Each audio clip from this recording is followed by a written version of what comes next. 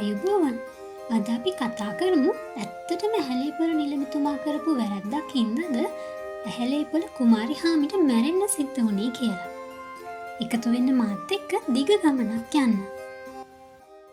අතීතයේ සෙන්කඩගලපුර නුවරදී රාජද්‍රෝහියෙක් අල්ලා ගැනීමට රජතුමාට බැරි වුණ අවස්ථාවන් වලදී එම රාජද්‍රෝහියාගේ පවුලට දඬුවම් කිරීමට නීත්‍යානුකූල අයිතියක් රජතුමාට තිබුණා. නමුත් එය කිසිම රජ කෙනෙකු ක්‍රියාවට නංවලා තිබුණේ නැහැ. ප්‍රථම වගේම අවසන් වතාවට එම නීතිය ක්‍රියාත්මක කළේ ඇහැලේපොළ නිලමේතුමාගේ දරු පවුල විනාශ කිරීම සඳහා. ඒ විනාශය වුණේ කොහොමද? 1803 දී ඉංග්‍රීසීන් හා මහනුවර රජතුමා අතර පැවති යුද්ධයෙන් ඉංග්‍රීසීන් සමූල ඝාතනය වුණා. ඊට පස්සේ රජතුමා පහත රට ඉංග්‍රීසීන් යටතේ තිබුණු ප්‍රදේශවලට යුද්ධ සේනා පිටත් කර යවුවා.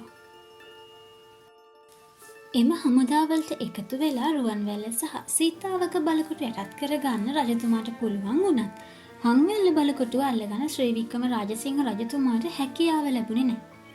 ඒකට හේතුව වුණේ ලෙව්කේ දිසාව. නැත්තම් ලෙව්කේ මැතිඳු ඉංග්‍රීසීන්ගේ අල්ලස් අරන් යුද්ධේ පාවා දුන්නා කියලා චෝදනා එල්ල වුණ නිසා. ඒ හින්දා හංවැල්ල වෙලේදී රජතුමා ලෙව්කේ දිසාවගේ හිස ගසා දමනවා. යුද්ධයෙන් පෙරදිලා යන ශ්‍රී වික්‍රම රාජසිංහ රජතුමාට උදව් උපකාර කරමින් මහනුවරට කැඳවාගෙන ආවේ මොල්ලිගොඩ කියන තරුණ නිලමේවරයා. උඩරට ප්‍රධානීන්ගේ සිත් දිනා ගනිමින් මොල්ලිගොඩ නිලමේතුමා මහනුවරම නතර වෙලා තියෙනවා. දැන් තමයි අපේ කතානායිකාව මෙම සිදුවීම් මාලාවට සම්බන්ධ වෙන්නේ. ඇය තමයි ඇහැලේපොළ කුමාරි හාමි. ඇය ඇහැලේපොළ මහාධිකාරම්ගේ බිරිඳ විතරක් නෙමෙයි. මාතලේ මොනරවිල දිසාවගේ දියණිය. වීර කැප්පේටපොළ දිසාවගේ සහෝදරිය. පුතුන් දෙදෙනෙක් හා දියණියෙක්ට මවක් වූ ඇහැලේපොළ කුමාරි හාමිගේ පෙනුම නම් බැලූ බැල්මට දරුවෝ 3 දෙනෙක් ඉන්න අම්මා කෙනෙක් කියලා කියන්න බැහැලු. ඇයට තිබිලා තියෙන්නේ රෝමත් තරුණියකගේ පෙනුම.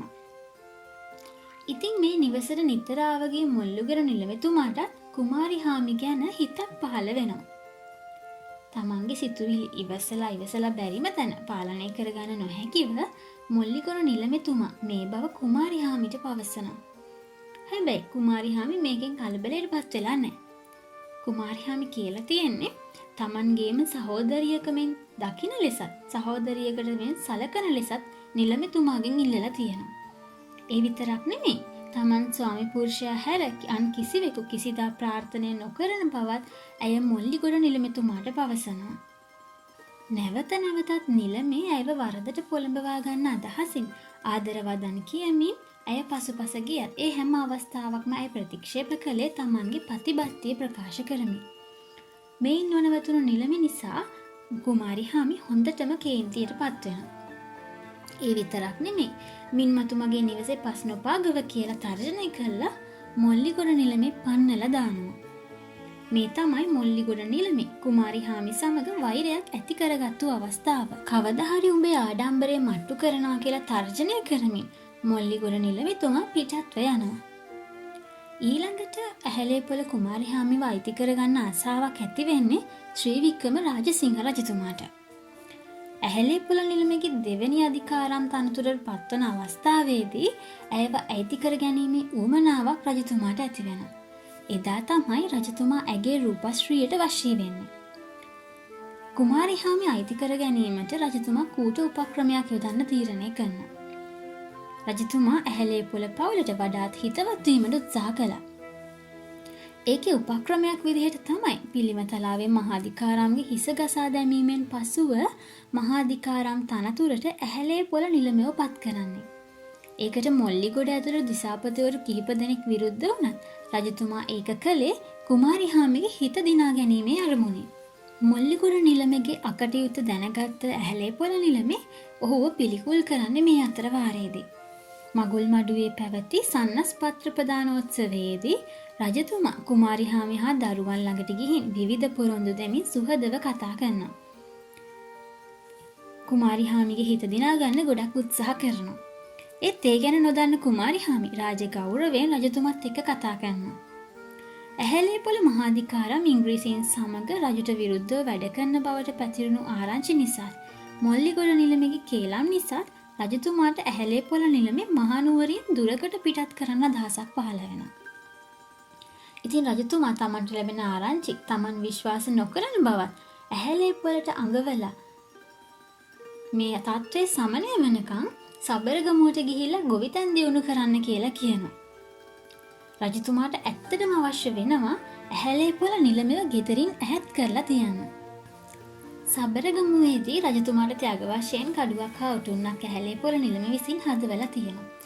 හැබැයි මේක දැනගත්ත මොල්ලිගොඩ නිලමේ රජතුමාට දන්වන්නේ රජතුමාගේ රජකම පැහැර ගන්න ඇහැලේපොළ උත්සාහ කරනවා කියලා. ඒ වගේම තමයි මොල්ලිගොඩ නිලමතුමා රජතුමාට කියනවා ඔටුන්නකුයි කඩුවකුයි රහසිගතව හදනවා කියලා. එතනින් නැවතිච්ච නැති මොල්ලිගොඩ නිලමේ කරන්නේ රජතුමායි ඇහැලේපොළ නිලමතුමායි අතර පවතින පණිවිඩ හුවමාරුවල ලිපි හුවමාරුවල කරුණු වෙනස් කිරීම. එහෙම කරලා රජතුමායි ඇහැලේපොළ නිලමතුමායි අතර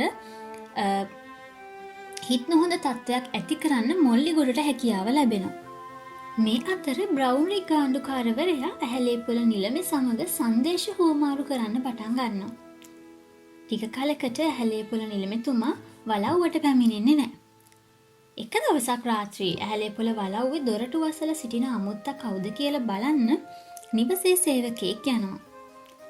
ඒ අමුත්තා ශ්‍රී වික්‍රම රාජසිංහ රජතුමා කියලා හඳුනාගත්ත සේවකයා තනියම කුමක් සඳහා වැඩ වදාළේදයි විමසනවා. වැදගත් වුමනාවකට කුමාරිහාමි හමු විය යුතු බව රජතුමා දන්වා සිටි නිසා වහා ඇඳ පැළඳ රාජ ගෞරවයෙන් රජතුමා පිළිගන්න කුමාරිහාමි කටයුතු කරනවා.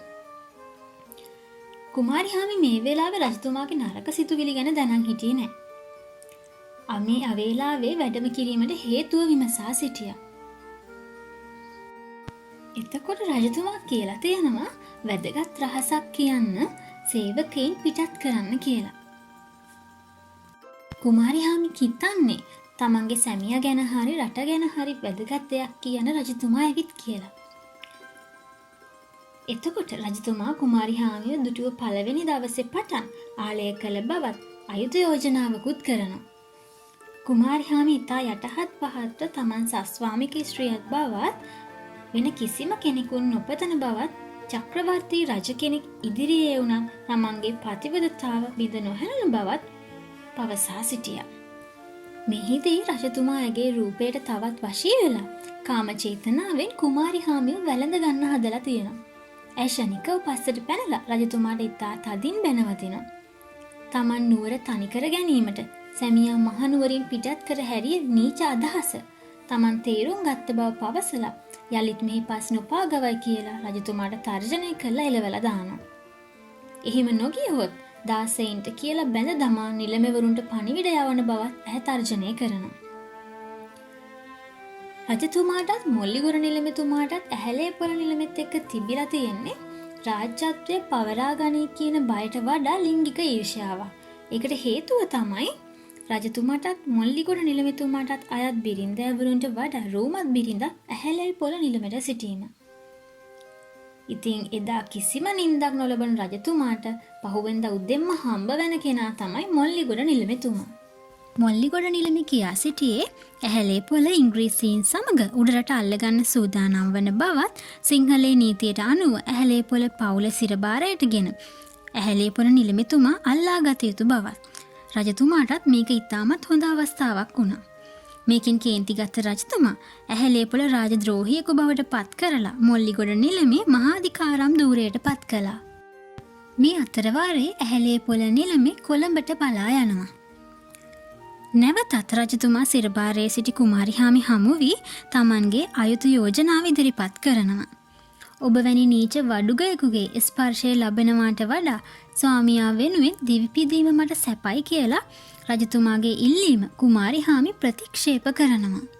ඇහැලේපොළ නිලමේ අල්ලා ගැනීමටත් කුමාරිහාමි අයුතු යෝජනාවට අකමැති වීමත් නිසා ඇහැලේපොළ පවුල විනාශ කර දමන්න රජතුමා තීරණය කළා. ඇහැලේපොළ පවුල ඝාතනය කරන ලද්දේ 1814 මැයි මාසේ 17 වෙනිදා මහනුවර විෂ්ණු සහ නාථ දේවාල දෙක අතර පිහිටි දේව සංහිඳ කියන ස්ථානයේදී ලොකු බණ්ඩාර හා මද්දුම් බණ්ඩාරගේ හිස ගසා දැමීමටත් අතදරු දියණිය වංගෙඩියකට දමා කෙටීමටත් කුමාරිහාමි බෝගම්බර වැවේ ගිල්වා මැරීමටත් නියෝග කෙරුණා. ඇහැලේපොළ පවුලෙන් පලිගැනීම එතනින් නවතුනේ නැහැ. සෙංකඩ ගලපුර රාජධානියේ තිබූ ඇහැලගස් පවා කපා දැමීමට අණ කරලා තිබුණා. ඔහුගේ නම ඇසීමටවත් රජතුමා ප්‍රිය නොකිරීම නිසා. පුස්කොළ පොත්වලට අනුව ඇහැලේපොළ පවුල සමග පුස්සැල්ලේ කුමාරිහාමිහා එම දියණියත් ඝාතනය කරලා තියෙනවා. අපේ රටේ සිහසුන ඉංග්‍රීසීන්ට ඇරත් කර ගැනීමට ඉතාමත් පහසු වූයේ මෙවැනි අදුරදර්ශී පහත් තීරණවල බලපෑම නිසා. දෙදෙනෙකුගේ රාගය කාමාශාව නිසා සෙංකඩ ගලපුර රාජධානියේ කිරුළ සිංහලයන්ට නැති වෙන්න මඟ පෑදුනා. මෙයින් පසු රජතුමාට ජනයා අතර තිබූ ගෞරවයද අඩු වෙලා තිබුණා. ඇහැලේපොළ කුමාරිහාමිගේ ප්‍රතිභක්තිය, ස්වාමියාට පක්ෂපාතී බව, ගෞරවය, ඉවසීම, නිර්භීතභාවය අද කාලේ සමාජයට පවා වටිනා ආදර්ශයක්. කුමාරිහාමි වගේම තවත් උතුම් උසස් කාන්තාවෝ මේ රටේ තවත් ඉන්නවා. ඒ හැම කාන්තාවකටම උපහාරයක් විය යුතුමයි. ඇය දේපුදු බෝකම්බර වැව ජලය සම්පූර්ණයෙන්ම ඉවත් කර පස්පුරවලා ක්‍රීඩා පිට්ටනියක් බවට පත් කරලා තියෙනවා. එදා බෝගම්බර වැවේ ගිල්ලපු කුමාරිහාමිගේ මෘතදේහය මතුවලා තියෙන්නේ බෝගම්බර බන්ධනාගාරයේ තියෙන බෝගසට තරමක් ඈතින්. මේ වගේ තවත් ඉතිහාස කතා දැනගන්න කැමති නම් හේෂ් කලෙක්ෂන් channel එක subscribe කරලා තියාගන්න අමතක කරන්න එපා.